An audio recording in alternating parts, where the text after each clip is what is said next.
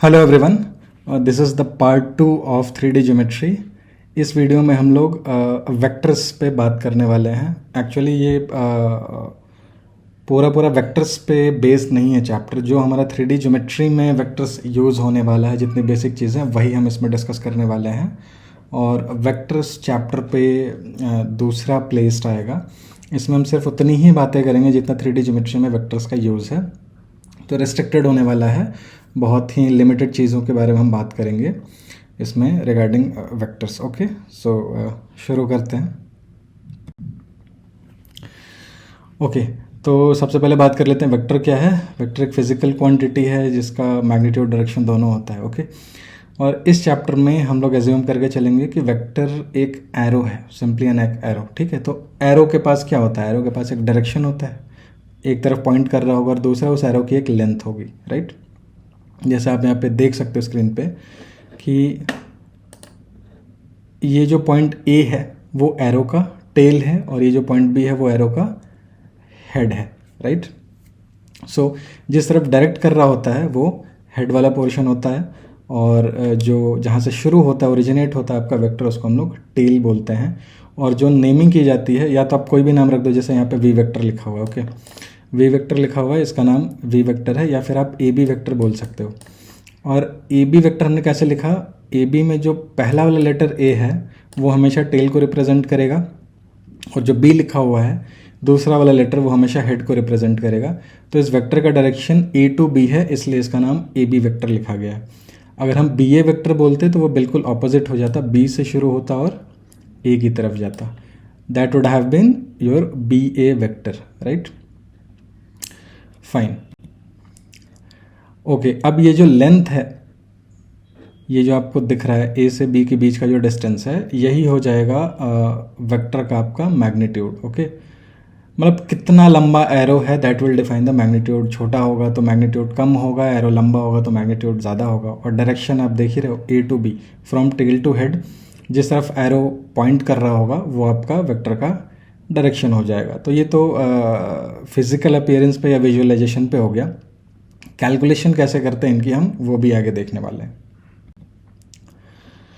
Okay, अब यहाँ पे हम देख रहे हैं कि मैग्नीट्यूड को रिप्रेजेंट कैसे करते हैं। आप वेक्टर को अगर दो लाइंस के बीच में डाल दो, है ना, इसको हम बोलते हैं मॉड ए बी वेक्टर, ठीक है, या magnitude of A B vector. Mod बोल लिया या फिर मैग्नीट्यूड बोल लिया, एक ही बात है। तो मॉड जैसा सिंबल बनाते हैं, उसके अंदर ये ए बी वेक्टर को रखते हैं, तो ये इसके लेंथ को डिफाइन कर रहा है, इसके मैग्नीट्यूड को डिफाइन कर रहा है, राइट।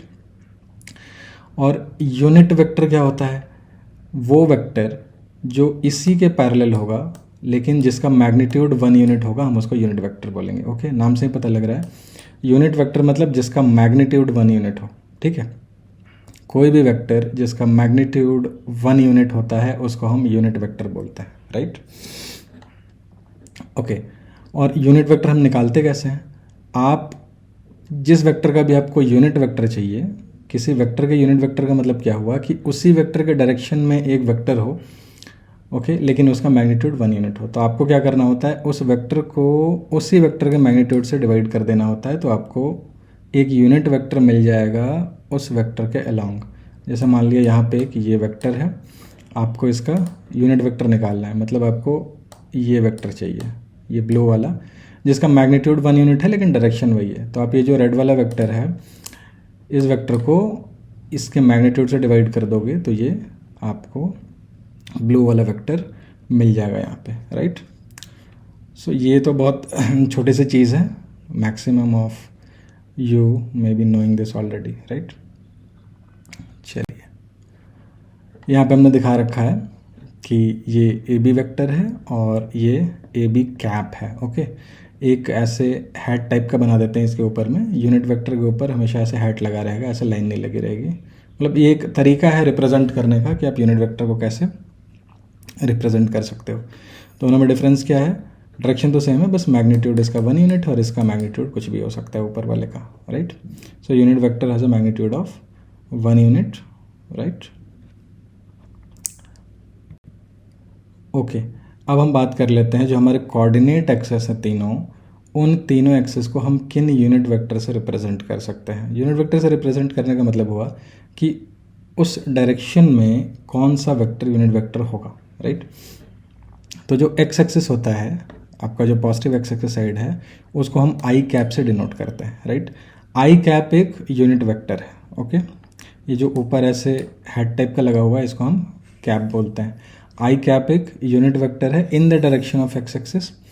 उसी तरह से जे कैप जो है एक यूनिट वेक्टर है वाई एक्सिस के अलोंग या वाई एक्सिस की तरफ, और के कैप जो है एक यूनिट वेक्टर है जेड एक्सिस के अलोंग, ठीक है। तो जब भी आपको तीनों एक्सिस का डायरेक्शन बताना हो तो आप बोलोगे कि एक्स एक्सिस जो है वो आई कैप के डायरेक्शन में है, वाई एक्सिस जे कैप के डायरेक्शन में, और जेड एक्सिस आपका के कैप के डायरेक्शन में, या फिर ये वेक्टर्स इन तीनों डायरेक्शन को रिप्रेजेंट करते हैं, वाइस वर्सा, राइट। मतलब आई कैप आपको पॉजिटिव एक्स एक्सिस को रिप्रेजेंट करता है, जे कैप पॉजिटिव वाई एक्सिस को, एंड सो ऑन। अच्छा, नेगेटिव एक्स एक्सिस को कौन रिप्रेजेंट करेगा, मतलब अगर ये डायरेक्शन देखना हो तो ये हो जाएगा माइनस आई कैप, राइट।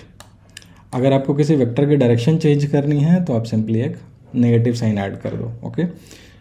उस वेक्टर का डायरेक्शन ठीक रिवर्स हो जाएगा। जैसे अगर ये ए वेक्टर है तो अगर ये मैं एक ब्लू वेक्टर बनाऊं, ये हो जाएगा माइनस ए वेक्टर, राइट। सिंपली आप नेगेटिव साइन लगा के या साइन चेंज करके वेक्टर का डायरेक्शन ठीक उल्टा कर सकते हो, राइट। ओके ओके, अब बात करते हैं वेक्टर ज्वाइनिंग टू पॉइंट्स की, ठीक है। मान लिया कि आपको 3D कोऑर्डिनेट सिस्टम में 2 पॉइंट्स गिवन है। एक पॉइंट है x1 y1 z1 और एक दूसरा पॉइंट है x2 y2 z2, ठीक है। इन दोनों को एक वेक्टर से जोड़ दिया, राइट। वेक्टर का टेल a पे है और वेक्टर का हेड b पे है, तो इसको हमने बोल दिया ab वेक्टर, ठीक है। अब लिखेंगे ऐसे ही, हेड टू टेल है ना, sorry tail to head, a tail है b इसका हेड है, ये हो गया ab वेक्टर। अब इस वेक्टर को हमें रिप्रेजेंट करना है आई कैप जे कैप के कैप का नोटेशन में, तो वो हम कैसे करेंगे कि जो हेड का कोऑर्डिनेट है, बी का कोऑर्डिनेट है, उसको हम टेल के कोऑर्डिनेट उसमें सब्ट्रैक्ट कर लेंगे, ठीक है। तो ए बी वेक्टर हो जाएगा x2 माइनस x1 आई कैप, y2 माइनस y1 जे कैप और z2 माइनस z1 के कैप, ओके। ये लिखने का तरीका है ए बी वेक्टर को, राइट। और इसका मैग्नीट्यूड क्या हो जाएगा, इसका मैग्नीट्यूड हो जाएगा ये x कंपोनेंट, y कंपोनेंट और z कंपोनेंट को स्क्वायर करके जोड़ लेना है और उसका अंडर रूट कर लेना है, ठीक है। ये आपको देख के समझ में आ रहा होगा कि अगर a और b के बीच का डिस्टेंस निकाला जाए डिस्टेंस फार्मूला से, तो बिल्कुल वो सेम फार्मूला यहाँ पे लिखा हुआ है, राइट, है ना। या फिर बस आप इसको एक तरह से और बोल सकते हो कि आई कैप का कंपोनेंट जो भी है, जे कैप और के कैप, ये जो तीनों कंपोनेंट्स हैं, इनका स्क्वायर किया, जोड़ा और स्क्वायर रूट ले लिया, तो भी मैग्नीट्यूड आ जाएगा ना। मैग्नीट्यूड का मतलब क्या, अभी हमने बात की थी, इस लेंथ की हम बात कर रहे हैं, ठीक है, इस लेंथ की बात कर रहे हैं। तो ए और बी के बीच का डिस्टेंस या लेंथ हम डिस्टेंस फॉर्मूला से निकाल सकते हैं, या इन तीनों कंपोनेंट्स को स्क्वायर करके जोड़ दिया और उसका अंडर रूट ले लिया, वैसे भी निकाल सकते हैं, राइट। ओके, अब यहाँ पे हमने एक एग्जांपल लिया है कि मान लिया कि ए का कोऑर्डिनेट है 2 7 -6 और बी का कोऑर्डिनेट है 2 -8 6, और ए बी वेक्टर हमें लिखना है, ठीक है। तो हमने क्या किया कि हेड वाले कोऑर्डिनेट्स में टेल वाले कोऑर्डिनेट्स को सब्ट्रैक्ट कर दिया, ठीक है। तो एक्स वाला क्या है 2, यहाँ भी 2 है, सो 2 - 2 आई कैप हो गया ये, और वाई -8 यहाँ है, 7 यहाँ, तो -8 -7 जे कैप, एंड 6 और -6 है यहाँ जेड कोऑर्डिनेट, तो ये हो जाएगा 6 -6 के कैप, ठीक है। ये तो कट के 0 हो जाएगा, ये -15 हो गया जे कैप, और यहाँ पे +12 के कैप हो गया, ठीक है। तो ए बी वेक्टर इस केस में हो जाएगा -15 जे कैप +12 के कैप, ओके। तो ऐसे हम फाइंड करते हैं, अगर 2 पॉइंट कोऑर्डिनेट सिस्टम में दिया हुआ है तो उनको ज्वाइन करने वाले वेक्टर को हम ऐसे निकालते हैं, राइट। ओके, अब हम बात करते हैं position vector of a point, ठीक है। अब ये भी बड़े सिंपल सी चीज़ है, कोई पॉइंट दिया हुआ है आपको 3D कोऑर्डिनेट सिस्टम में, मान लिया XYZ दिया हुआ है, ठीक है। अब पोजीशन वेक्टर का क्या मतलब है, पोजीशन वेक्टर का मतलब है कि उस वेक्टर का जो टेल है वो ओरिजिन पे होगा, कहाँ होगा, ओरिजिन पे, और हेड कहाँ होगा, उस पॉइंट पे होगा। इसी वेक्टर को हम पोजीशन वेक्टर बोलते हैं, राइट। ध्यान दीजिएगा, पोजीशन वेक्टर मतलब वो वेक्टर जिसका टेल ओरिजिन पे हो उसको हम पोजीशन वेक्टर बोलेंगे। ठीक है, तो यहाँ पे आप देख सकते हैं कि ये एक ऑरेंज कलर में एक वेक्टर बना रखा है हमने, जो point P X Y Z को पॉइंट कर रहा है। इसका टेल है ओरिजिन पे 0,0,0 पे, और इसका हेड है इस पॉइंट पे एक्स वाई जेड पे, राइट। अब इस वेक्टर को हमें फाइंड करना है, तो हमें पता है क्या करना है, हेड वाले कोऑर्डिनेट में टेल वाले कोऑर्डिनेट को माइनस कर देंगे। अब टेल वाला कोऑर्डिनेट तो हमेशा 0 0 0 होगा, है ना, क्योंकि पोजीशन वेक्टर में टेल तो हमेशा ही ओरिजिन पे होगा ना, तो ये हमेशा 0,0,0 होगा। और किसी नंबर में से आप 0 सब्ट्रैक्ट करो तो उससे कोई फ़र्क नहीं पड़ता उस नंबर को, वो एज इट इज़ रह जाएगा, है ना। तो इस केस में जो आपका अगर टेल को ओ बोल दें, पॉइंट को पी बोल दें, तो ओ पी वेक्टर क्या हो जाएगा, ये फॉर्मूले में डालोगे तो ये आएगा। अब चूंकि ये तीनों 0 0 0 है, सब्ट्रैक्ट करो ना करो कोई फ़र्क नहीं पड़ता, ये सीधे सीधे हो जाएगा एक्स आई कैप प्लस वाई जे कैप प्लस जेड के कैप के बराबर। ठीक है, और इसका मैग्नीट्यूड क्या हो जाएगा, या तो आप डिस्टेंस फार्मूला से ओ और पी के बीच का डिस्टेंस निकाल लो, या सीधे सीधे ये जो तीनों कंपोनेंट्स हैं वेक्टर के, इनको स्क्वायर करके जोड़ दिया और उसका रूट ले लिया, राइट। तो ओ पी वेक्टर हो जाएगा √x² plus y² plus z²। ठीक है, वेक्टर का मैग्नीट्यूड निकालने के लिए अगर आपको एंड पॉइंट्स पता है तो आप डिस्टेंस फार्मूला से निकाल सकते हो, या फिर अगर आपको ये तीनों कंपोनेंट्स पता है तो इन तीनों कंपोनेंट का स्क्वायर करके जोड़ के उसका अंडर रूट ले सकते हो, ऐसे भी मैग्नीट्यूड निकल जाएगा। ठीक है, ओके, यहाँ पे एक क्वेश्चन देख लेते हैं। Let A 2,6,3 and B 6,0,8 B 2 points in the coordinate space, find A B vector and B vector. ठीक है, तो हमें ए बी वेक्टर और बी ए वेक्टर फाइंड करना है। ए बी वेक्टर का मतलब हो गया कि एक वेक्टर है जिसका टेल है ए पे और हेड है बी पे, राइट। यही नोमेनक्लेचर हमने देखा अभी। और ए बी वेक्टर निकालने के लिए हमें क्या करना है, बी के कोऑर्डिनेट्स को बी के कोऑर्डिनेट्स में ए के कोऑर्डिनेट्स को सब्ट्रैक्ट कर देना है, राइट, रेस्पेक्टिव कोऑर्डिनेट्स को। तो इस केस में हम क्या करेंगे, 6 में से 2 माइनस किया, 6 माइनस 2 आई कैप, 0 में से 6 माइनस किया, 0 माइनस 6 जे कैप, और 8 में से 3 माइनस किया, 8 माइनस 3 के कैप। तो ये आंसर आ गया ए बी वेक्टर। ठीक है, बी ए वेक्टर निकालना है। बी ए वेक्टर जस्ट उल्टा हो जाएगा, इस केस में ए आपका हेड हो जाएगा और बी आपका टेल हो जाएगा। तो अब ए में से बी सब्ट्रैक्ट होगा, ठीक है, उल्टा हो गया। तो अब हम 2 में से 6 को सब्ट्रैक्ट करेंगे, so this is 2 minus 6 I cap, 6 minus 0 J cap and 3 minus 8 के कैप।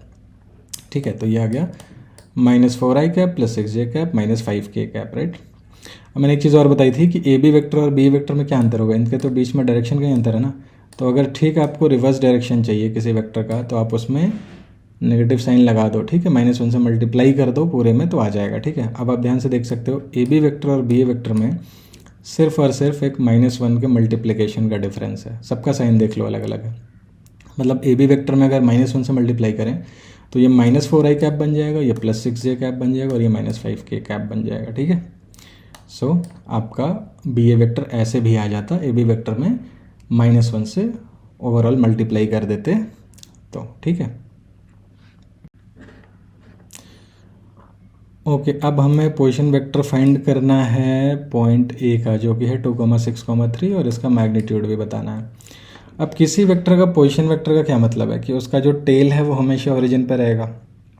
टेल ओरिजिन पे रहेगा तो उसका कोऑर्डिनेट 0,0,0 होगा। ठीक है, तो अब इसमें से मैं 0,0 सब्ट्रैक्ट करूँ ना करूँ क्या फ़र्क पड़ता है, किसी नंबर से 0 सब्ट्रैक्ट करोगे तो नंबर तो एज इट इज़ बच जाएगा ना। तो हम पोजीशन वेक्टर लिखने के लिए किसी पॉइंट का सीधे सीधे उसके कोऑर्डिनेट को आई जे के कैप लगा के लिख देते हैं। ठीक है, तो पॉइंट ए का जो पोजीशन वेक्टर होगा वो ए वेक्टर वो हो जाएगा 2 आई कैप प्लस 6 जे कैप प्लस 3 के कैप। और इसका मैग्नीट्यूड कैसे निकलेगा, इसका मैग्नीट्यूड निकालने के लिए आपको वेक्टर्स के कंपोनेंट्स को स्क्वायर करके जोड़ना है और अंडर रूट करना है, राइट। सो ये हो जाएगा 2² प्लस 6² प्लस 3², और ये कैलकुलेट करेंगे तो आ जाएगा 7 यूनिट्स के बराबर, राइट, वेरी इजी। ओके, अब हम बात करेंगे free vectors versus fixed vectors की। ठीक है, अब इनकी बात करने के पहले हम एक चीज़ देखते हैं। ठीक है, मान लेते हैं कि A B vector point A और पॉइंट बी को कोऑर्डिनेट स्पेस में कनेक्ट कर रहा है, जहाँ ए का कोऑर्डिनेट्स है 2,7, -6 और बी का कोऑर्डिनेट्स है 1, -8, 6। ठीक है, और हम मान लेते हैं एक दूसरा वेक्टर है एक्स वाई वेक्टर जो कि एक्स और वाई को कनेक्ट कर रहा है कोऑर्डिनेट स्पेस में, ठीक है, जहाँ एक्स का कोऑर्डिनेट है 4,3,8 और वाई का कोऑर्डिनेट है 3,-12,20, ठीक है। अब जब आप कैलकुलेट करके देखोगे ना तो ए बी वेक्टर और एक्स वाई वेक्टर सेम आएगा, तो -i cap -15j cap +12k cap ये जो वेक्टर है वो कोऑर्डिनेट स्पेस में कहाँ है? क्या वो ए बी को कनेक्ट करता हुआ वेक्टर है? क्या वो एक्स वाई को कनेक्ट करता हुआ वेक्टर है? क्या एक ही वेक्टर है जो यहाँ भी है और यहाँ भी है? बात समझ में आ रही है? मतलब 2,7, -6 और 1, -8,6 ये तो दो अलग अलग पॉइंट्स हैं ना, ठीक है। और इनसे बिल्कुल ही अलग पॉइंट्स है ये 4,3,8 और 3,-12,20। तो ये तो बहुत सेपरेट जगह पे होंगे ना कोऑर्डिनेट स्पेस में, लेकिन दोनों को कनेक्ट करने वाला वेक्टर एक ही कैसे हो गया?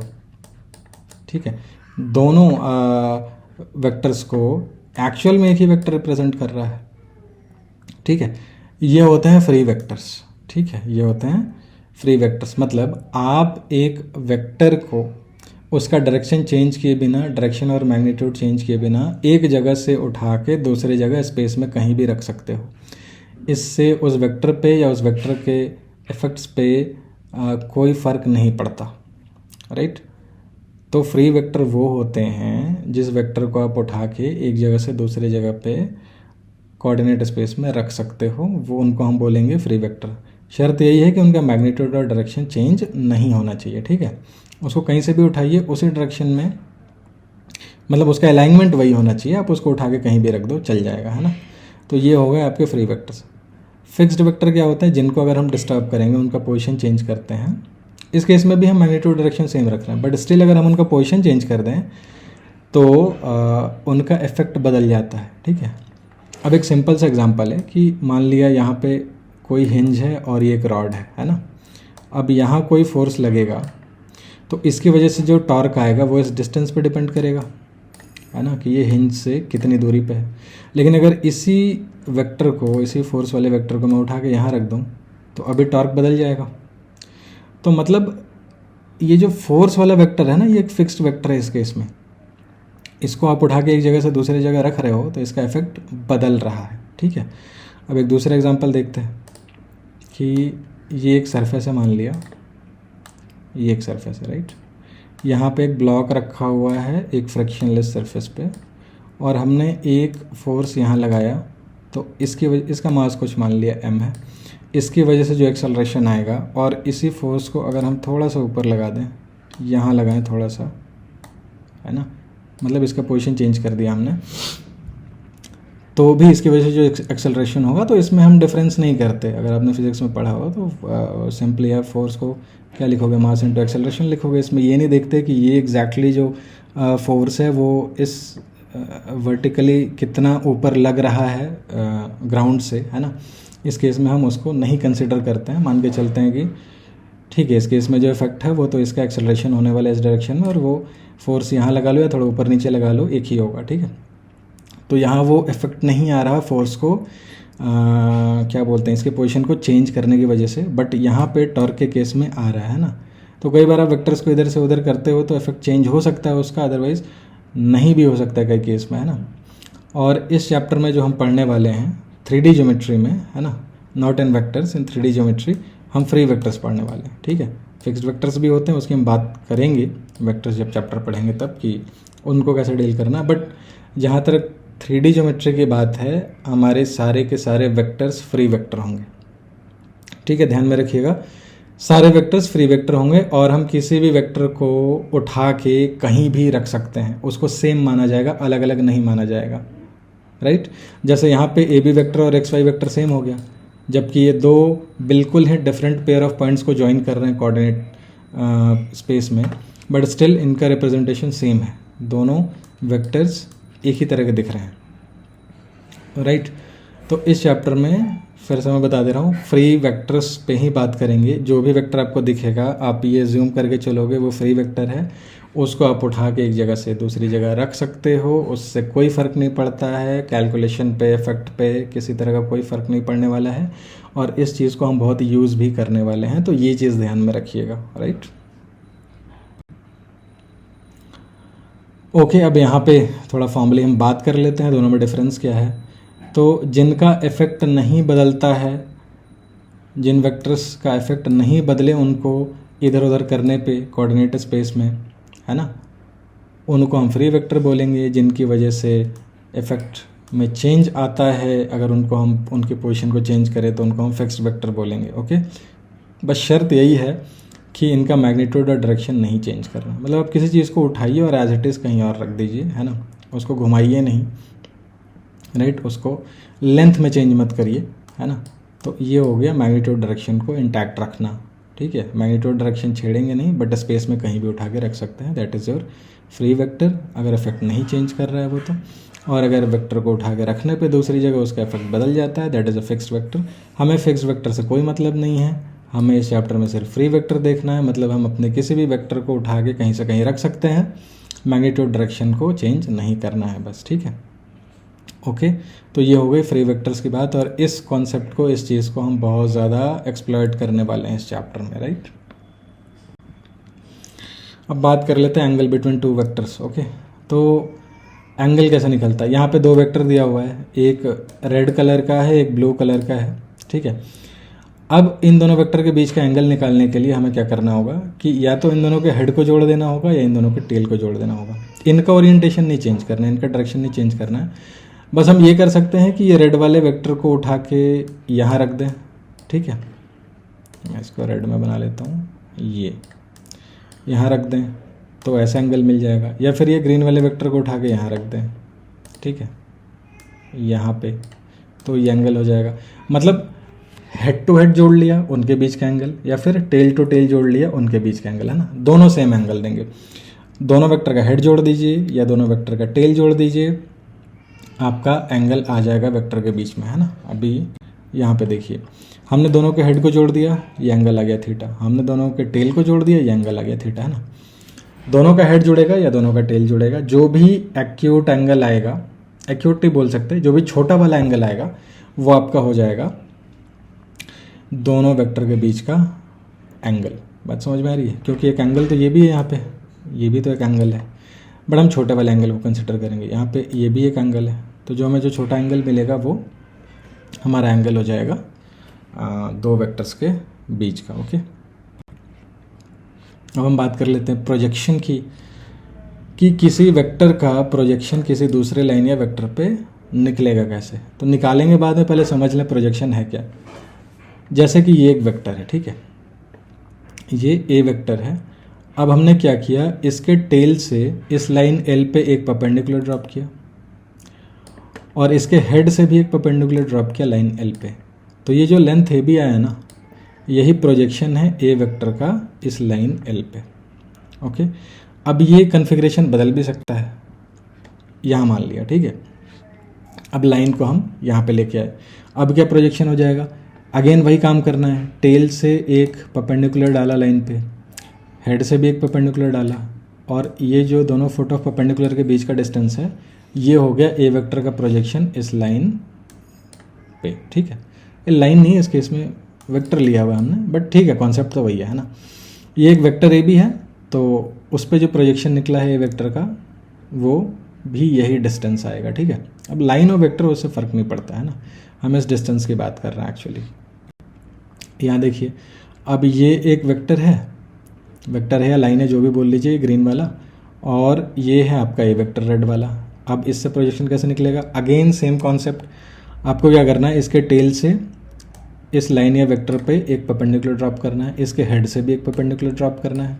अब इन दोनों जो फुट ऑफ परपेंडिकुलर के बीच का डिस्टेंस है, मतलब ये जो ए बी डिस्टेंस है, यही आपका प्रोजेक्शन हो गया। ये अगर एक पॉइंट टच कर रहा है वेक्टर को या लाइन को, और हेड आपका यहाँ हो या टेल यहाँ हो, तो जो टच कर रहा है, अब यहाँ तो आप कुछ ड्रॉप नहीं कर सकते ना, ये तो ऑलरेडी यहाँ पे पॉइंट ऑफ कांटेक्ट है, तो ये एक पॉइंट हो गया। और दूसरा जो पॉइंट बाहर है, जो टच नहीं कर रहा है, यहाँ से एक परपेंडिकुलर ड्रॉप कर लिया आपने, तो इस केस में ये जो ए बी लेंथ आया, ये प्रोजेक्शन हो जाएगा, ठीक है। एक चीज़ और, मैं बार बार प्रोजेक्शन को लेंथ बोल रहा हूँ, ठीक है, लेंथ या डिस्टेंस बोल रहा हूँ। लेंथ या डिस्टेंस नेगेटिव नहीं होता, ठीक है। तो इस नोशन में मत रहिएगा कि प्रोजेक्शन हमेशा ही पॉजिटिव आएगा, ठीक है। लेंथ ऑफ प्रोजेक्शन बोलेगा तो आप पॉजिटिव बोल सकते हो, लेंथ निकालने के सेंस में आप पॉजिटिव बोल सकते हो, ठीक है। लेकिन अगर सिर्फ प्रोजेक्शन पूछ रहा है तो प्रोजेक्शन नेगेटिव भी हो सकता है, ठीक है। Projection can be negative, length of projection हमेशा पॉजिटिव होगा, है ना। जहाँ लेंथ की बात आएगी, डिस्टेंस की बात आएगी, वो तो पॉजिटिव होगा, ठीक है। लेकिन अगर सिर्फ प्रोजेक्शन पूछ रहा है तो वो नेगेटिव भी हो सकता है, पॉजिटिव भी हो सकता है। अब वो जब हम कैलकुलेशन करेंगे ना तो उसमें आपको क्लियर हो जाएगा कि क्यों नेगेटिव होगा और क्यों पॉजिटिव होगा, है ना। तो उसके लिए आपको बॉदर नहीं करना, आपको जानना नहीं है कि कब नेगेटिव होगा कब पॉजिटिव होगा। जब आप फॉर्मूला लगाओगे, कैलकुलेट करोगे तो पॉजिटिव आना होगा तो खुद ब खुद आ जाएगा, नेगेटिव आना होगा तो खुद ब खुद आ जाएगा। ओके, अब हम बात करते हैं डॉट प्रोडक्ट ऑफ वेक्टर्स की। अब प्रोजेक्शन हम निकालेंगे, उसके पहले हम डॉट प्रोडक्ट देख लेते हैं, ठीक है। तो इसको लिखने का तरीका है ए वेक्टर डॉट बी वेक्टर। यहाँ पे आपको दो वेक्टर्स दिख रहे हैं, उनके बीच का एंगल थीटा है और इनका हमें डॉट प्रोडक्ट निकालना है। So dot product is A vector dot B vector, और ये कितना होता है, mod of A vector mod of B vector multiplied by cos theta. Theta कौन सा एंगल है, यही दोनों वेक्टर के बीच का एंगल है, ठीक है। तो ये होता है फॉर्मूला। मॉड क्या हो गया, मैग्नीट्यूड हो गया इनका, वेक्टर ए का magnitude multiplied by vector B का magnitude multiplied by cos of theta. Theta क्या है, दोनों वेक्टर के बीच का एंगल है, राइट। अच्छा, अब आप बी ए वेक्टर निकालोगे तो ये कितना हो जाएगा, मॉड बी मॉड ए कॉस थीटा। ओके, तो mod A mod B cos theta लिखो या मॉड बी कॉस थीटा लिखो, बात तो एक ही है। इसलिए A dot B vector is equal to B dot A vector, है ना, सेम चीज़ होती है। और आप देख पा रहे होगे कि ए वेक्टर डॉट बी वेक्टर एक स्केलर क्वांटिटी है, ये वेक्टर नहीं रह गया। आप ये मैग्नीट्यूड एक नंबर हो गया, ये भी मैग्नीट्यूड एक नंबर हो गया और कॉस थीटा भी एक नंबर हो गया। तो डॉट प्रोडक्ट दो वेक्टर का हमेशा एक रियल नंबर में कन्वर्ट हो जाता है, वो वेक्टर नहीं रह जाता, स्केलर बन जाता है, right. So dot product of two vectors is a scalar quantity, ठीक है।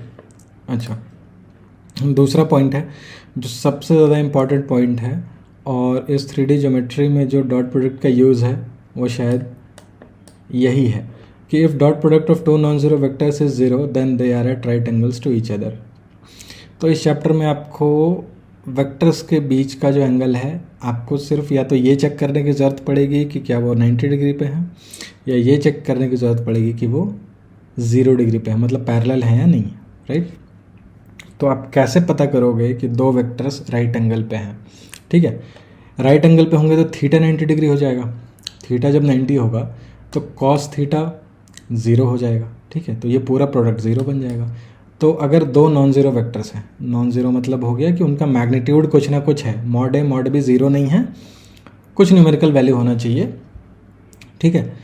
अगर दो नॉन ज़ीरो वेक्टर्स का डॉट प्रोडक्ट 0 है तो इसका मतलब ये हुआ कि कॉस थीटा ही 0 होगा, क्योंकि वो नॉन ज़ीरो वेक्टर्स हैं, तो मॉड ए मॉड बी 0 तो हो नहीं सकता। तो कॉस थीटा को 0 होना पड़ेगा, मतलब थीटा को 90 डिग्री होना पड़ेगा, ठीक है। तो दो नॉन ज़ीरो वेक्टर्स का प्रोडक्ट डॉट प्रोडक्ट अगर 0 है तो वो राइट एंगल पे हैं। और ये एक इन्फॉर्मेशन है जो कि आपको बार बार इस चैप्टर में यूज़ होने वाला है। ये बिगेस्ट यूज़ है डॉट प्रोडक्ट्स का 3D ज्योमेट्री में, ओके। तो ये ध्यान में रखिएगा। अच्छा, डॉट प्रोडक्ट से हम प्रोजेक्शन भी निकाल सकते हैं, ये चीज़ें हम आगे अभी देखेंगे, है ना, प्रोजेक्शन कैसे निकलेगा डॉट प्रोडक्ट से, ओके। ये चीज़ अभी जस्ट इसके बाद हम देखेंगे। पहले ये जो कुछ इंपॉर्टेंट चीज़ें वो देख लेते हैं कि अगर आई कैप में आई कैप का मल्टीप्लाई करें तो वो आएगा 1। क्यों आएगा, आई कैप डॉट आई कैप क्या होगा, मॉड आई कैप कॉस थीटा। थीटा क्या है, दो सेम वेक्टर हैं तो दोनों तो पैरेलल ही होंगे, उनके बीच का एंगल 0 होगा, तो कॉस 0 डिग्री 1 हो गया। मॉड आई कैप 1 होगा क्योंकि आई यूनिट वेक्टर है, दूसरा वाला मॉड आई कैप भी 1 हो गया, तो 1 इंटू 1 इंटू 1 1 हो जाएगा, राइट। और अगर आई डॉट जे कैप करोगे तो मान लिया ये आई है तो जे तो इसके 90 डिग्री पे होगा ना, और दो परपेंडिकुलर वेक्टर्स हो जाएं तो उनका डॉट प्रोडक्ट तो 0 ही होगा।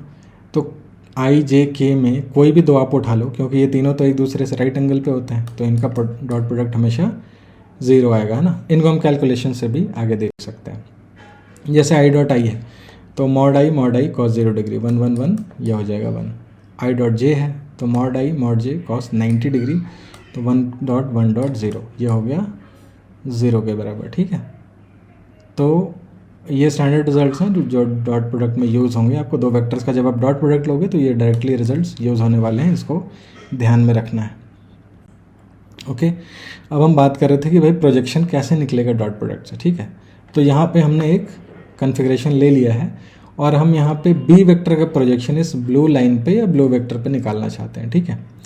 तो जो फॉर्मूला हम यूज़ करने वाले हैं वो ये यूज़ करने वाले हैं। ए डॉट बी का डॉट प्रोडक्ट क्या होता है, mod A mod B cos theta, तो यहाँ से कॉस थीटा कितना हो जाएगा, A dot B upon mod A mod B, ठीक है। अच्छा, अब ट्रायंगल ए बी सी को देखिए। ट्रायंगल ए बी सी में ये एक राइट एंगल है, राइट एंगल एट सी। तो इस ट्रायंगल में कॉस थीटा क्या होने वाला है, बेस बाई हाइपोटेनस, मतलब ए सी बाई ए बी, ठीक है। तो ए सी बाई ए बी लिख लिया। हमें क्या निकालना है, हमें ए सी निकालना है। ए सी ही तो प्रोजेक्शन है, ये बी वेक्टर का प्रोजेक्शन ब्लू लाइन पे या ब्लू वेक्टर पे ए सी है, तो हमें ए सी निकालना है, राइट। तो यहाँ से हम ए सी निकालेंगे तो ये कितना आएगा, ए बी कॉस थीटा, ठीक है। अब कॉस थीटा कितना है वो यहाँ से ये बॉक्स में फॉर्मूला लिखा हुआ है, तो कॉस थीटा की जगह हमने ये रख दिया। ए बी क्या है, ए बी लेंथ क्या है, बी वेक्टर का मैग्नीट्यूड है, ठीक है। ए बी क्या है, बी वेक्टर का मैग्नीट्यूड है, तो ए बी की जगह हमने मॉड बी वेक्टर लिख दिया। अब ये मॉड बी वेक्टर और ये mod B vector cancel out हो जाएगा, तो क्या बचेगा, इसी A dot B upon mod A vector. अब आपको पता है कि जब आप किसी वेक्टर को उसके मैग्नीट्यूड से डिवाइड करते हो तो वो एक यूनिट वेक्टर बन जाता है। तो हमने पकड़ लिया ए vector upon mod A vector को, डॉट बी वेक्टर। अब ए vector upon mod A vector क्या बन गया, ए कैप बन गया, यूनिट वेक्टर बन गया। तो ए सी कितना हो गया, A cap dot B vector, ठीक है। कैप किसका बना, जिस वेक्टर के ऊपर आपको प्रोजेक्शन लेना है, और ये B vector as it is रह गया। मतलब ये कि अगर आपको किसी एक वेक्टर का किसी वेक्टर पे प्रोजेक्शन लेना है तो जिस पे प्रोजेक्शन लेना है उसका यूनिट वेक्टर बना दीजिए, और जिसका प्रोजेक्शन लेना है ये इससे मल्टीप्लाई कर दीजिए उसके यूनिट वेक्टर को, राइट।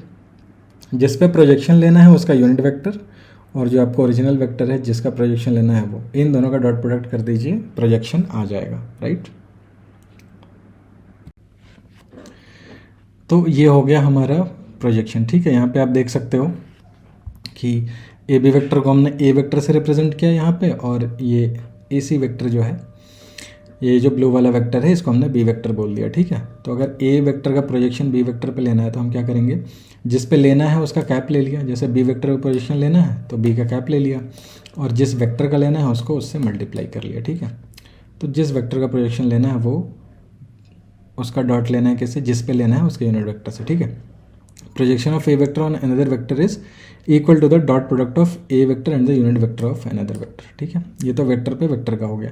अगर वेक्टर का प्रोजेक्शन किसी लाइन पे लेना है तो लाइन के अलॉन्ग भी आपको एक यूनिट वेक्टर चाहिए होगा, तभी तो डॉट प्रोडक्ट ले पाओगे, क्योंकि दो डॉट प्रोडक्ट दो वेक्टर के बीच में ही होता है। So projection of A vector on another line is equal to dot product of A vector and unit vector in the direction of the line. तो आपको लाइन के डायरेक्शन में यूनिट वेक्टर निकालना पड़ेगा, ठीक है। तब आप डॉट प्रोडक्ट लेके प्रोजेक्शन निकाल सकते हो, राइट।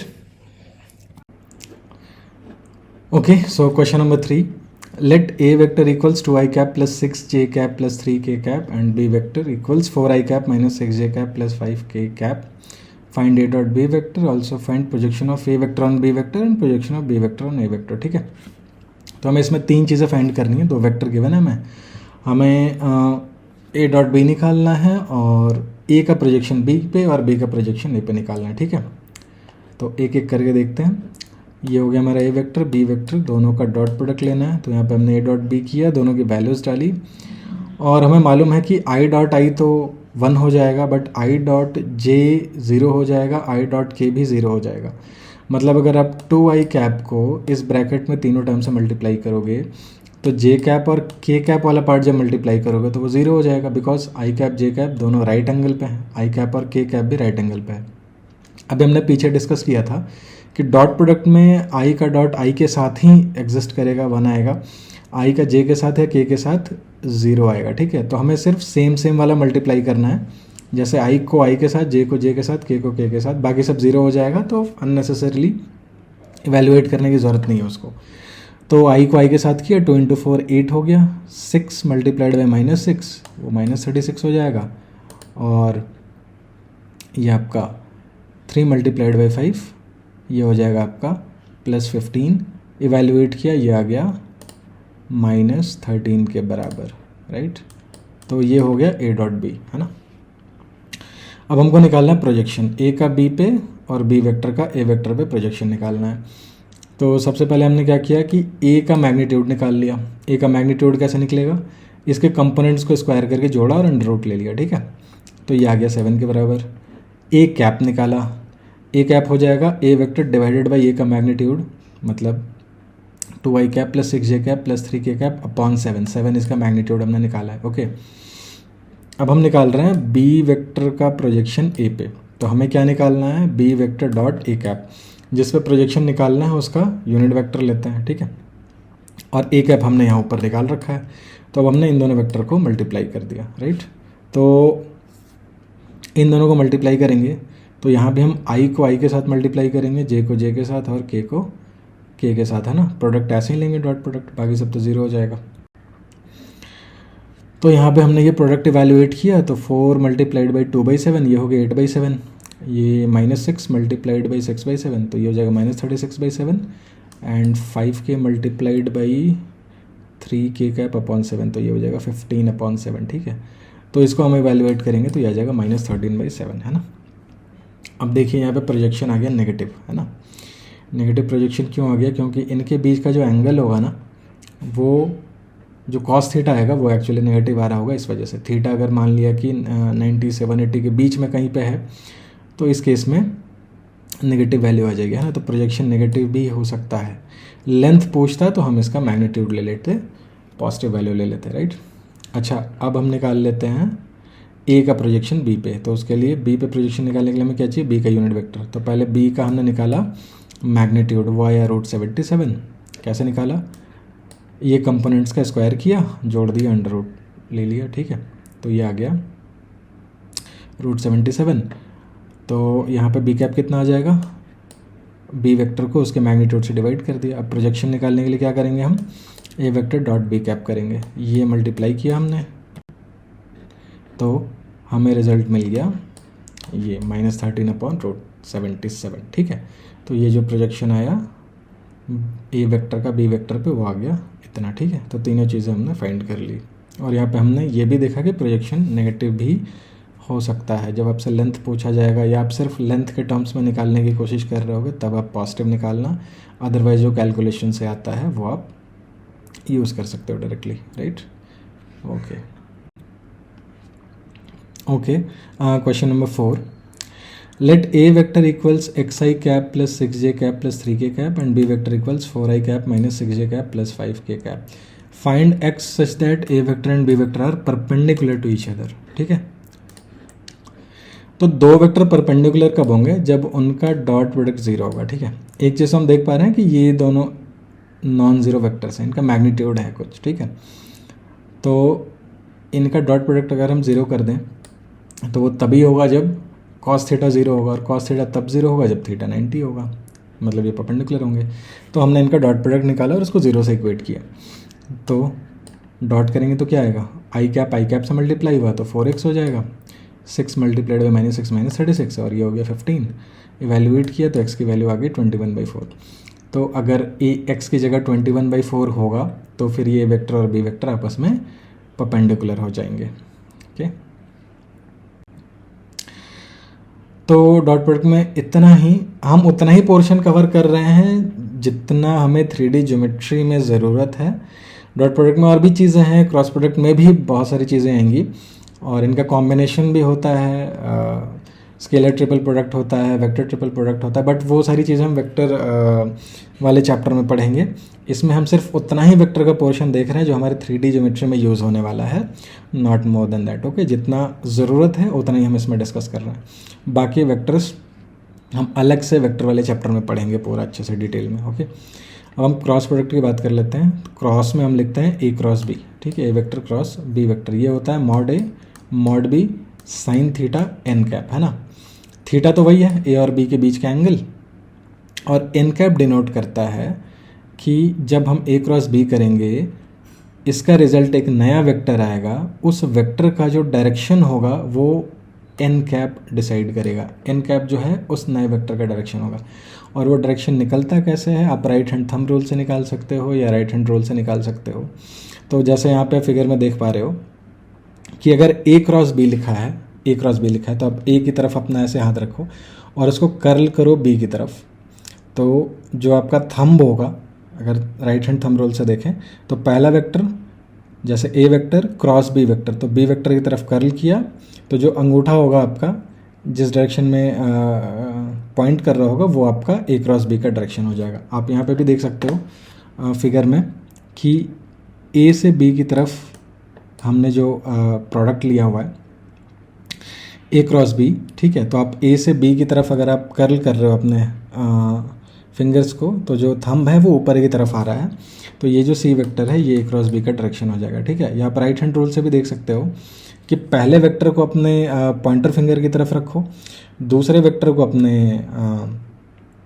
ये मिडिल फिंगर की तरफ रखो, और इसमें आप देखो कि थंब आपका किस तरफ है, तो जिधर थंब होगा वही डायरेक्शन हो जाएगा आपका ए क्रॉस बी वेक्टर का, राइट। ठीक है, अभी हम ये इवैल्यूएट करेंगे। और एक चीज़ और, ए क्रॉस बी और बी क्रॉस ए सेम नहीं होगा, ठीक है। ए क्रॉस बी और बी क्रॉस ए में इतना पार्ट तो सेम होगा आपका, magnitude of A magnitude of B into sine theta, but ये एन कैप सेम नहीं होगा। क्यों? क्योंकि ए से बी कर रहे हो तो ए से बी की तरफ कर्ल करना है, लेकिन अगर बी से ए करोगे तो बी से ए की तरफ ऐसे कर्ल करना पड़ेगा, तो डायरेक्शन उसका ऑपोजिट हो जाएगा, है ना। तो ए क्रॉस बी और बी क्रॉस ए में मैग्नीट्यूड तो सेम रहेगा, क्योंकि दोनों वेक्टर का मैग्नीट्यूड सेम रहेगा, उनका एंगल सेम रहेगा। तो mod A mod B sine theta इतना पार्ट तो कांस्टेंट रहेगा, सेम रहेगा दोनों के इसमें, बट एन कैप चेंज हो जाएगा, डायरेक्शन बदल जाएगा। तो ए क्रॉस बी का डायरेक्शन और बी क्रॉस ए का डायरेक्शन जस्ट ऑपोजिट होता है, इसलिए ए क्रॉस बी और बी क्रॉस ए बराबर नहीं बोले जाएंगे। दो वेक्टर तो तभी बराबर होगा ना जब उनका मैग्नीट्यूड और डायरेक्शन दोनों बराबर हो।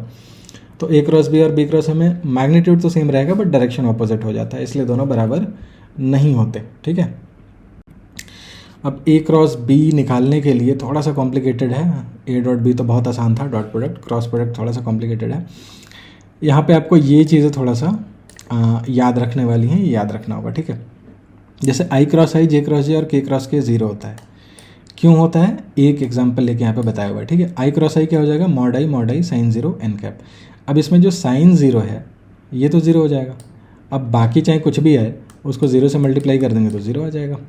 इसलिए क्रॉस में क्या है कि सेम मतलब आई कैप को सेम आई कैप से ही मल्टीप्लाई किया तो वो तो ज़ीरो आने वाला है, जे को जैसे ही मल्टीप्लाई किया तो ज़ीरो आएगा, ठीक है। अगर अलग अलग मल्टीप्लाई किया तो जैसे आई और जे को मल्टीप्लाई करेंगे तो के आएगा, ठीक है। इस केस में क्या हो जाएगा, mod I mod J sine 90 degree, है ना। आई और जे के बीच का एंगल 90 डिग्री होता है तो साइन 91 होता है, इसलिए ये 1 आएगा, 0 नहीं आएगा, है ना। और डायरेक्शन क्या हो जाएगा, आप आई की तरफ अपना पॉइंटर फिंगर रखो, जे की तरफ अपना मिडिल फिंगर रखो, तो जो थंब होगा ना वो थंब के कैप की तरफ आएगा, इसलिए ये के कैप हो जाएगा, ठीक है। मैग्नीट्यूड तो 1 आएगा, डायरेक्शन के की तरफ आएगा, इसलिए के कैप हो गया, ओके। उसी तरह से जे कैप क्रॉस के कैप आई कैप हो जाएगा और के कैप क्रॉस आई कैप जे कैप हो जाएगा, ठीक है। ये याद रखना है। और उल्टा कर दोगे इनको तो डायरेक्शन रिवर्स हो जाएगा, डायरेक्शन रिवर्स हो जाएगा मतलब आपको माइनस साइन लगाना पड़ेगा, ठीक है। आप कोऑर्डिनेट एक्सेस को देखो और वहाँ पे आई क्रॉस जे करने की कोशिश करो। आई मतलब एक्स एक्सेस हो गया, उस वो आपका पॉइंटर फिंगर उस तरफ कर लो, जे मतलब वाई एक्सेस हो गया, वाई एक्सेस की तरफ मिडिल फिंगर कर लो, और फिर देखो आपका थंब किधर जा रहा है तो वो जेड एक्सेस की तरफ जाएगा, इसलिए के कैप हो गया वो, है ना। अब इसको याद रखने के लिए ये जो साइकिल बना हुआ है यहाँ पे, इससे भी आप देख सकते हो कि अगर आप इसका जो डायरेक्शन है ना ये पॉजिटिव डायरेक्शन बना हुआ है, मतलब अगर आप आई क्रॉस जे कर रहे हो तो देखो आई कहाँ है ना, ये आई है, आप आई से जे की तरफ गए, ठीक है। तो आप इसी साइकिल के अलॉन्ग जा रहे हो तो जो रिजल्ट आएगा वो के कैप आएगा, राइट। इस साइकिल के हिसाब से ही चल रहे हो। ये कैसे चल रहा है आपका, ये चल रहा है आपका क्लॉकवाइज डायरेक्शन में, तो आप भी क्लॉकवाइज डायरेक्शन में ही देख रहे हो प्रोडक्ट, इसलिए ये सीधे सीधे के कैप आ गया। अगर उल्टा जाते तो जे क्रॉस आई होता तो आप जे से अगर आई की तरफ जाओगे तो आप इस क्लॉकवाइज डायरेक्शन को तोड़ रहे हो, उल्टा जा रहे हो, तो जे क्रॉस आई करोगे तो बच गया के, लेकिन चूंकि आप उल्टे डायरेक्शन में जा रहे हो तो ये माइनस के हो जाएगा, राइट। तो अगर इस साइकिल को आप फॉलो करते हो क्लॉकवाइज डायरेक्शन में तो सब पॉजिटिव रहेगा, अगर इस साइकिल के रिवर्स में जाते हो तो नेगेटिव हो जाएगा। तो इस साइकिल से भी आप याद रख सकते हो, ठीक है। सो आई क्रॉस जे के हो जाएगा, जे क्रॉस के आई और के क्रॉस आई जे, ये तीनों साइकिल को फॉलो कर रहे हैं और ये जो नीचे वाले तीनों हैं ये साइकिल के ऑपोजिट चल रहे हैं, इसलिए ये तीनों के सामने नेगेटिव साइन लग गया, ठीक है। अब क्रॉस प्रोडक्ट करने के लिए आपको ये वाली चीज़ें याद होनी चाहिए, है ना। और एक चीज़ और समझ में आ रहा है आपको, सेम टू सेम में मल्टीप्लाई नहीं करना, मतलब सेम वेक्टर का सेम वेक्टर से क्रॉस नहीं लेना है, वो हमेशा जीरो आएगा, ठीक है। तो आई क्रॉस आई हम नहीं करेंगे, जे क्रॉस जे के क्रॉस के नहीं करेंगे, मतलब इवैल्यूएशन में छोड़ देंगे, हमें पता है वो जीरो आने वाला है इसलिए छोड़ देंगे, है ना। डॉट में क्या था, सेम टू सेम वाला करते थे, डिफरेंट वाला छोड़ देते थे, और इसमें हम सेम टू सेम वाला छोड़ देंगे और जो डिफरेंट वाला यूनिट वेक्टर्स है वो वाले हम मल्टीप्लाई करेंगे, ठीक है। तो अभी हम आगे देखेंगे भी कैसे करते हैं, है ना, मल्टीप्लिकेशन, बट उसके पहले कुछ और चीज़ें देख लेते हैं। Okay, magnitude of cross product of two vectors represents the area of the parallelogram defined by them, ठीक है। अब दो वेक्टर है मान लिया, ठीक है, एक ये वेक्टर है और एक ये वेक्टर है, ठीक है, यहाँ फिगर में भी दिख रहा होगा आपको। अब इनको अगर हम ना एडजेसेंट साइड्स मान लें किसी पैरेललोग्राम के, तो हम अपने से ये पैरेललोग्राम ऐसे कंप्लीट कर सकते हैं। तो इसका जो एरिया होगा ना वही क्रॉस प्रोडक्ट का मैग्नीट्यूड बताता है। मतलब यहाँ फिगर में देखिए ये ए वेक्टर है और ये बी वेक्टर है, इन दोनों का जब आप क्रॉस कर देंगे, क्रॉस प्रोडक्ट करेंगे और उसका मैग्नीट्यूड ले लेंगे ना, तो वो इस पैरेललोग्राम का एरिया बताएगा। अब मैग्नीट्यूड तो एक नंबर आएगा, रियल नंबर आएगा, वेक्टर तो रहेगा नहीं, वो जो है एक्चुअली इस एरिया के बराबर होगा, ठीक है। भले ए क्रॉस बी का डायरेक्शन इधर हो जाएगा थंब रूल के हिसाब से, बट उसका जो मैग्नीट्यूड होगा वो इस पैरेललोग्राम का एरिया दे रहा होगा। मतलब अगर आपको पैरेललोग्राम के दो साइड्स पता हैं वेक्टर फॉर्म में और इस पैरेललोग्राम का एरिया निकालना है, तो आपको सिर्फ और सिर्फ ए और बी को क्रॉस मल्टीप्लाई कर देना है और उसका मैग्नीट्यूड ले लेना है, आपको उसका एरिया मिल जाएगा, राइट। एरिया ऑफ ट्रायंगल कैसे निकलेगा, उसी चीज़ का हाफ कर देंगे, उसी चीज़ का हाफ कर देंगे। क्यों हाफ क्यों, अच्छा देखो ये ए है ये बी है, बड़ा सिंपल लॉजिक है। ये देखो ये मैंने पैरेललोग्राम कंप्लीट कर दिया, तो ए क्रॉस बी तो ये पूरे पैरेललोग्राम का एरिया देगा।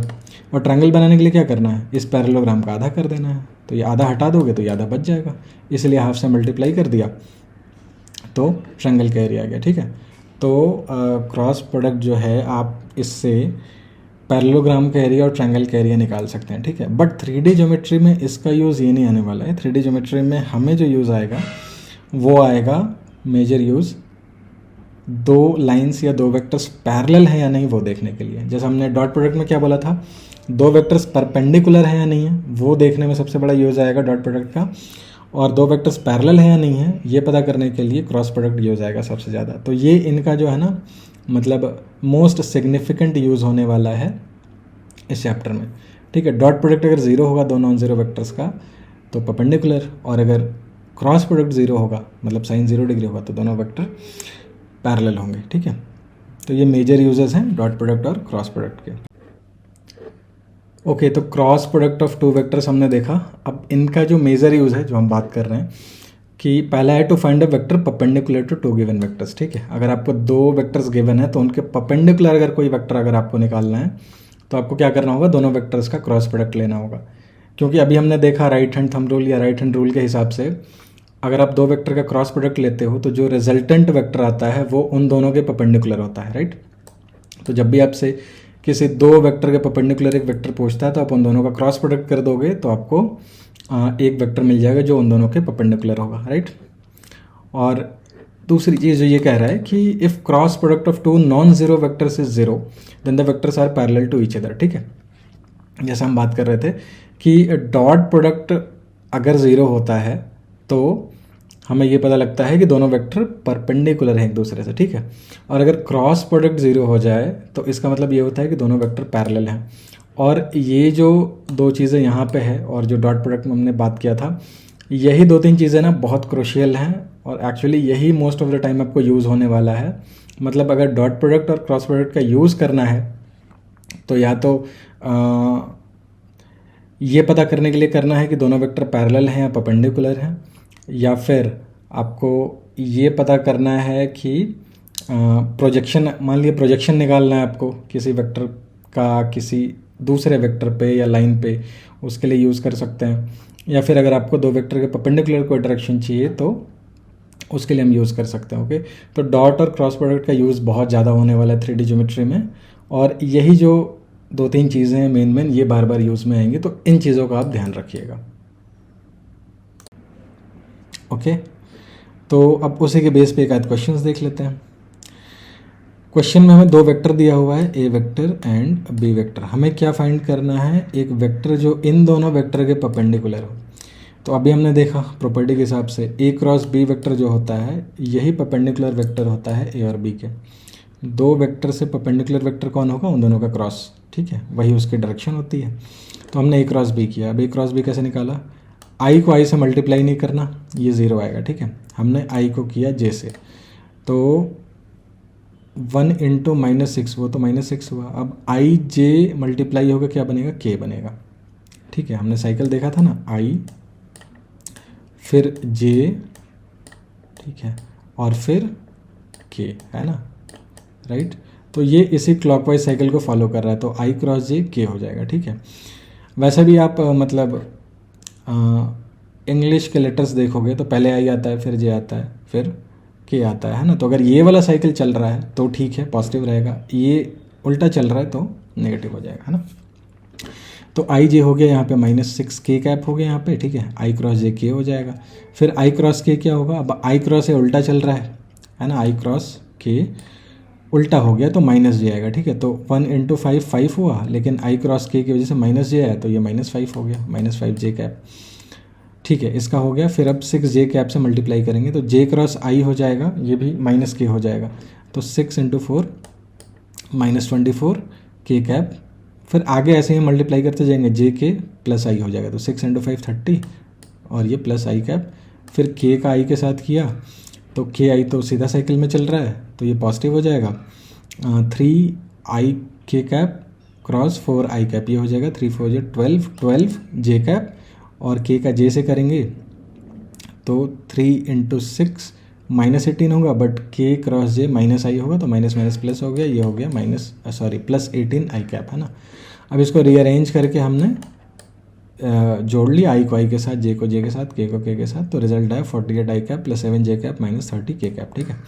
अब कैलकुलेशन देख सकते हो, और अगर आपको क्रॉस प्रोडक्ट करने में थोड़ी दिक्कत हो रही है तो पीछे जाइए और ये साइकिल चेक कीजिए क्या है, और मल्टीप्लाई करने की कोशिश कीजिए खुद से, है ना। 1-2 बार खुद से करेंगे इत्मीनान से तो हो जाएगा। अगर आपको थोड़ी दिक्कत होती है तो 2-4 क्रॉस प्रोडक्ट निकालने की प्रैक्टिस करेंगे तो फिर ये आपको आसान लगने लगेगा, ठीक है।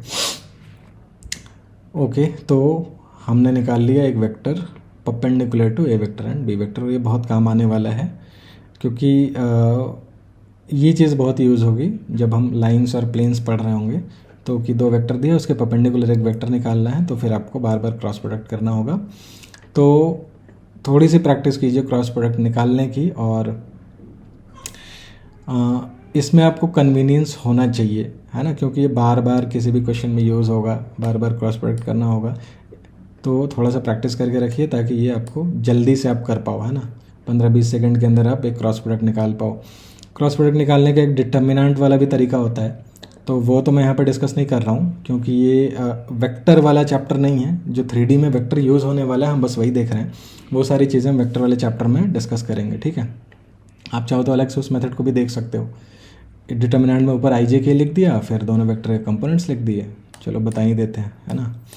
यहाँ लिख लिया आई, यहाँ जे और यहाँ के, और पहले वाले सेकंड रो में पहले वेक्टर का कंपोनेंट, मान लो ए क्रॉस बी करना है तो ए का कंपोनेंट, और उसके नीचे वाले रो में बी के कंपोनेंट। जैसे यहाँ पे हम आई जे के लिख दिए, ए क्रॉस बी करना है तो ए का कंपोनेंट क्या है 1 6 3, तो यहाँ लिखा 1, यहाँ लिखा 6 और यहाँ लिखा 3, ठीक है।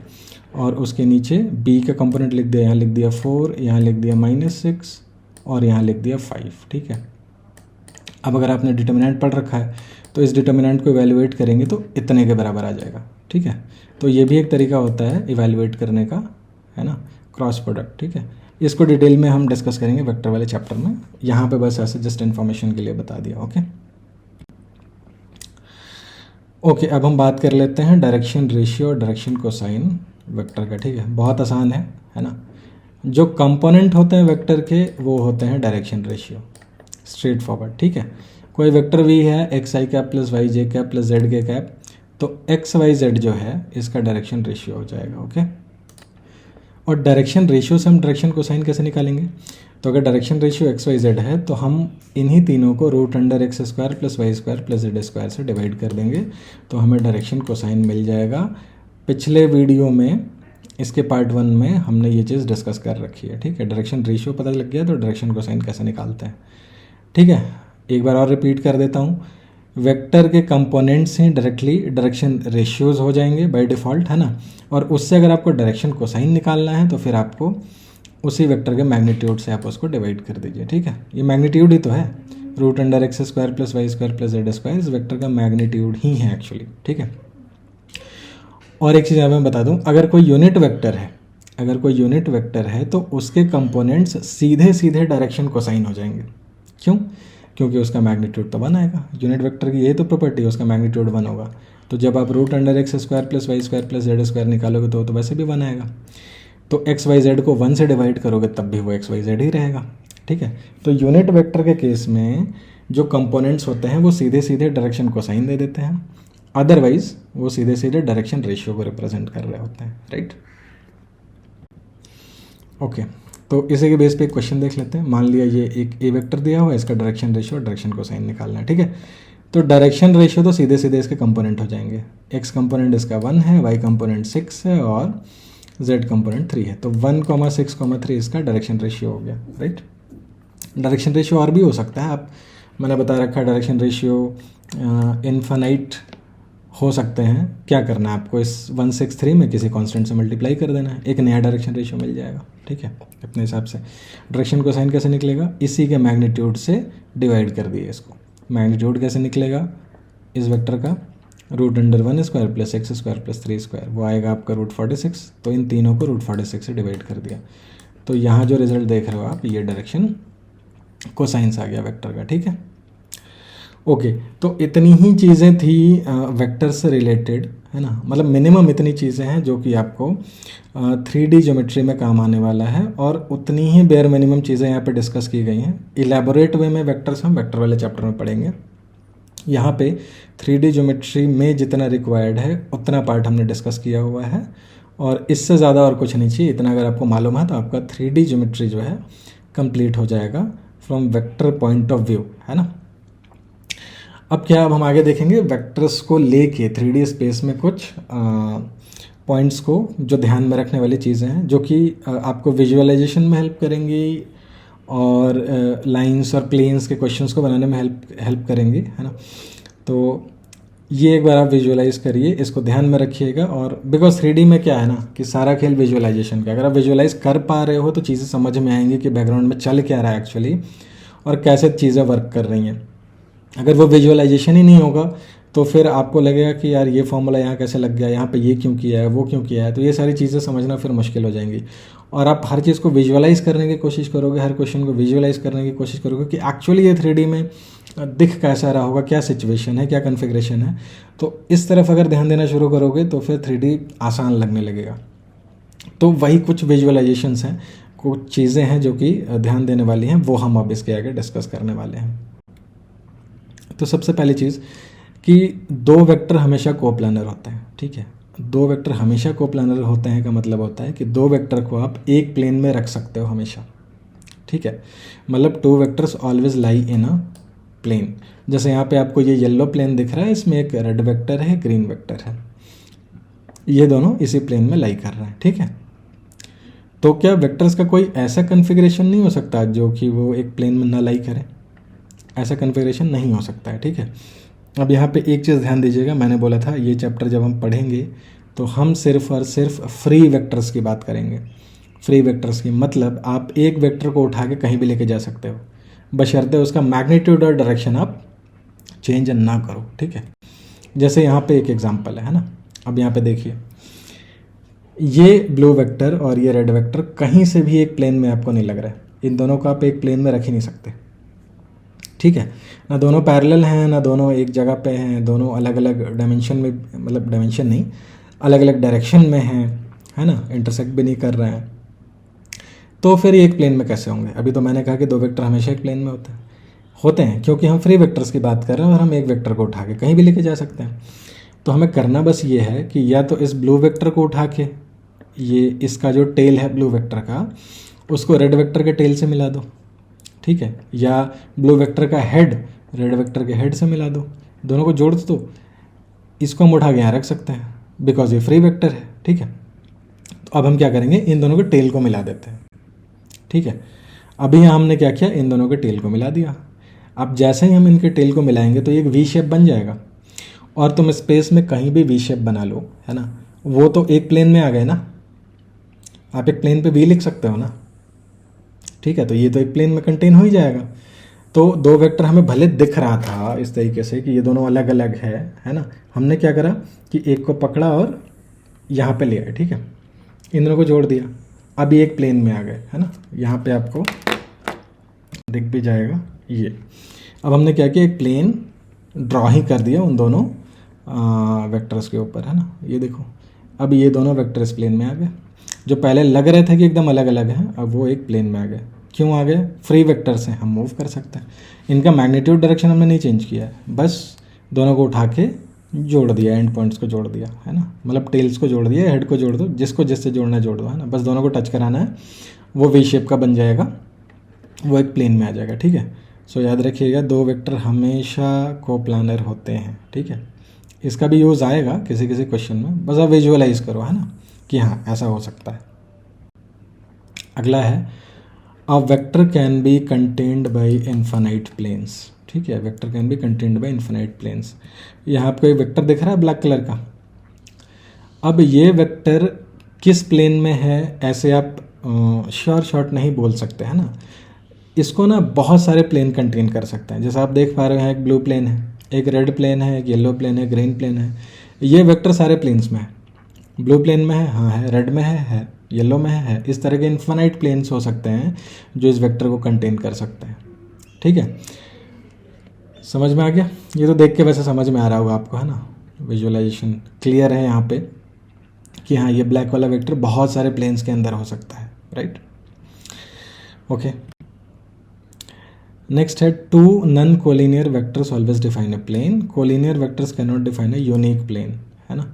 कोलिनियर वेक्टर्स, कोलिनियर मतलब क्या, पैरेलल वेक्टर, है ना। नॉन कोलिनियर मतलब जो पैरेलल नहीं है वो, ठीक है। तो यहाँ आपको दिख रहा है नॉन कोलिनियर वेक्टर्स, रेड और ब्लू वेक्टर जो कि पैरेलल नहीं है। तो two non collinear vectors always define a plane, ठीक है। दोनों नॉन कोलिनियर वेक्टर हैं, वो एक प्लेन में होंगे और इसी प्लेन को डिफाइन कर रहा है, मतलब जिस प्लेन में उसको बता रहे हैं ये, है ना। कोलिनियर वेक्टर ना यूनिकली एक प्लेन को डिफाइन नहीं कर सकते। प्लेन तो डिफाइन कर ही सकता है कि हाँ एक वेक्टर है तो किसी न किसी प्लेन में होगा, बट वैसे इन्फिनिट पॉसिबिलिटीज़ होंगी, यूनिक प्लेन को वो डिफाइन नहीं कर सकते। अभी हम आगे देखेंगे कैसे। ओके, तो यहाँ पे हम देख पा रहे हैं कि आपके पास में एक ब्लू वेक्टर है, एक रेड वेक्टर है। अब चूँकि ये फ्री वेक्टर्स हैं तो आप किसी को भी उठा के कहीं भी रख सकते हो, तो इन दोनों को उठा के एक दूसरे के ऊपर रख दिया, ठीक है। तो अब तो ये एक लाइन में आ गए ना दोनों के दोनों। तो मान लिया कि ये दोनों जो वेक्टर्स हैं वो इस ब्लैक वाले वेक्टर के लाइन पे हैं। तो अब ये ब्लैक वेक्टर तो बहुत सारे प्लेन्स में कंटेंड है ना, blue plane, green plane, yellow plane, red plane, तो इन्फिनिट पॉसिबिलिटीज़ हो सकता है। इसलिए कोलिनियर वेक्टर्स ना यूनिकली किसी प्लेन को डिफाइन नहीं करते, ठीक है। Okay, parallel to a plane infinite unit vectors exist. हमने यहाँ पे एक प्लेन लिया है, येलो प्लेन है, इस पे हमने बहुत सारे यूनिट वेक्टर बना रखे हैं। अब चूँकि इनका डायरेक्शन सेम नहीं है तो ये सारे अलग अलग वेक्टर्स हैं, और हम ऐसे कितने वेक्टर बना सकते हैं, हम ऐसे इन्फिनाइट वेक्टर्स बना सकते हैं, ठीक है। आप यहाँ पे देखो, अब किसी वेक्टर के प्लेन के पैरेलल होने का क्या मतलब है। पैरेलल होने का मतलब ये है कि वो वेक्टर इस प्लेन को काट नहीं सकता, इंटरसेक्ट नहीं कर सकता, कंटेन हो सकता है। आप इन वेक्टर्स को देखो, थोड़ा सा ऊपर है प्लेन के, आप इसको नीचे ले जाने की कोशिश करोगे तो ये पूरा का पूरा प्लेन में आ जाएगा। प्लेन को आर पार नहीं करेगा, ये प्लेन के अंदर चला जाएगा पूरी तरह से, या तो ऊपर रहेगा या तो नीचे आ जाएगा, बट क्रॉस नहीं कर सकता ये प्लेन को, राइट। तो वो पैरेलल हो गया प्लेन के, और ऐसे इन्फिनाइट यूनिट वेक्टर्स हो सकते हैं, ठीक है। इन सब चीज़ों का अभी क्या मीनिंग है या क्या यूज़ है अभी इस तरह से मे भी ना समझ में आ रहा हो, बट ये बहुत इंपॉर्टेंट है विजुअलाइजेशन के लिए, क्योंकि जब हम क्वेश्चंस कर रहे होंगे तब इन सब चीज़ों को यूज़ करेंगे, बहुत एकदम बेसिक्स मान के 3D का ABCD मान के यूज़ करेंगे, तो ये सारी चीज़ें आपको पता होनी चाहिए, विजुअलाइजेशन होना चाहिए, अंडरस्टैंडिंग होनी चाहिए इसकी, है ना। चलो ये बात समझ में आ गई कि parallel to a plane infinite unit vectors exist, है ना। चलिए नेक्स्ट पॉइंट की तरफ चलते हैं। अब हम देखते हैं next point, perpendicular to a plane 2 unit vectors exist, है ना। एक प्लेन के परपेंडिकुलर 2 ही यूनिट वेक्टर हो सकते हैं, एक ऊपर की तरफ और एक नीचे की तरफ, ठीक है। यहाँ पे आप देख सकते हो, अगर आपको लग रहा है कि आप और भी यूनिट वेक्टर तो बना सकते हो ना, प्लेन तो बहुत बड़ा है, यहाँ बना लिया, यहाँ बना लिया, किसी और पॉइंट पे बना लिया, है ना। तो बनाने से भी कोई फ़र्क नहीं पड़ता, क्योंकि हम फ्री वेक्टर की बात कर रहे हैं। अगर आप इसके परपेंडिकुलर एक और बना लेते हो, मान लो ये ब्लू वाले वेक्टर के बगल में एक दूसरा ग्रीन वेक्टर बना लिया, यूनिट वेक्टर, है ना, इस प्लेन के परपेंडिकुलर। तो अब चूंकि हम फ्री वेक्टर की बात कर रहे हैं, तो उस ग्रीन वेक्टर को आप उठा के इस ब्लू वेक्टर के ऊपर रख सकते हो, या ब्लू वेक्टर को उठा के फिर ग्रीन वेक्टर के ऊपर रख सकते हो, तो वो अलग नहीं माने जाएंगे, है ना। फ्री वेक्टर्स में यही बात है कि आप एक वेक्टर को उठा के दूसरी जगह रख सकते हो और वो अलग नहीं है, वो सेम ही होंगे। तो इसलिए यही 2 यूनिक वेक्टर्स हो सकते हैं, यूनिट वेक्टर्स, जो एक प्लेन पे हो सकते हैं। बाकी बनाओगे तो उसका डुप्लीकेसी हो जाएगा, है ना, रिपीटिशन हो जाएगा, है ना, और कोई तीसरा वेक्टर नहीं हो सकता। चलिए our next point, parallel to a line 2 unit vectors exist. यहाँ पे आपको ये रेड लाइन दिख रही है और 2 यूनिट वेक्टर है, एक येलो और एक ब्लू। ऑब्वियसली दोनों पैरेलल हैं इस लाइन के, लेकिन डायरेक्शन में ऑपोजिट है, ठीक है। मान लिया अगर येलो वाला लेफ़्ट साइड में पॉइंट कर रहा है, तो ब्लू वाला राइट साइड में आपको पॉइंट कर रहा है ना, ठीक है। तो ये 2 ही वेक्टर्स हो सकते हैं पैरेलल टू अ लाइन, है ना, एक लेफ्ट में और एक राइट में मान लिया, मतलब जो दो डायरेक्शन हैं उस तरफ एक एक हो जाएंगे, right. Okay, perpendicular to a line infinite unit vectors exist, है ना। आप यहाँ पे देख सकते हो कि ये रेड लाइन है, ये जो ग्रीन वाला वेक्टर है वो भी परपेंडिकुलर है, ये जो ब्लू वेक्टर है वो भी परपेंडिकुलर है लाइन के, और ये जो येलो वेक्टर है ये भी परपेंडिकुलर है लाइन के। तो इस तरह से अलग अलग डायरेक्शन में बहुत सारे परपेंडिकुलर वेक्टर्स आप इस लाइन पे ड्रॉ कर सकते हो, ठीक है। इसलिए हम बोल रहे हैं perpendicular to a line infinite unit vectors exist, ठीक है। ओके, तो ये कुछ पॉइंट्स थे जो कि आपको विजुअलाइज करने में मदद करेंगे, और इससे हम बहुत सारे कैलकुलेशंस में यूज़ करेंगे इन विजुअलाइजेशंस को। विजुअलाइजेशन होगा तभी लॉजिक समझ में आएगा कि हम ऐसा क्यों कर रहे हैं, ये कैलकुलेशन क्यों कर रहे हैं, ये प्रोसेस क्यों अडॉप्ट कर रहे हैं, ठीक है। तो ये जो कुछ चीज़ें थी जो कि आपको पता होना चाहिए इन टर्म्स ऑफ वेक्टर्स और उनके कुछ विजुअलाइजेशंस की, क्या क्या 3D में कन्फिग्रेशंस हो सकता है related to lines and planes, ठीक है।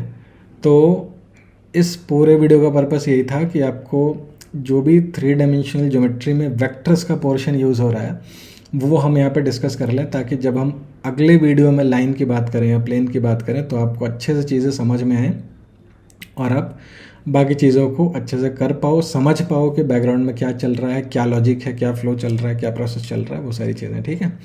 तो this is all in this video, है ना। ये पूरी चीज़ें थी रिगार्डिंग वेक्टर्स, जितनी चीज़ें आपको ज़रूरत है 3D ज्योमेट्री पढ़ने के लिए, तो वो सारी हमने इसमें कवर कर ली हैं। इन द नेक्स्ट वीडियो हम लोग अब लाइन शुरू करेंगे। Okay, so thank you.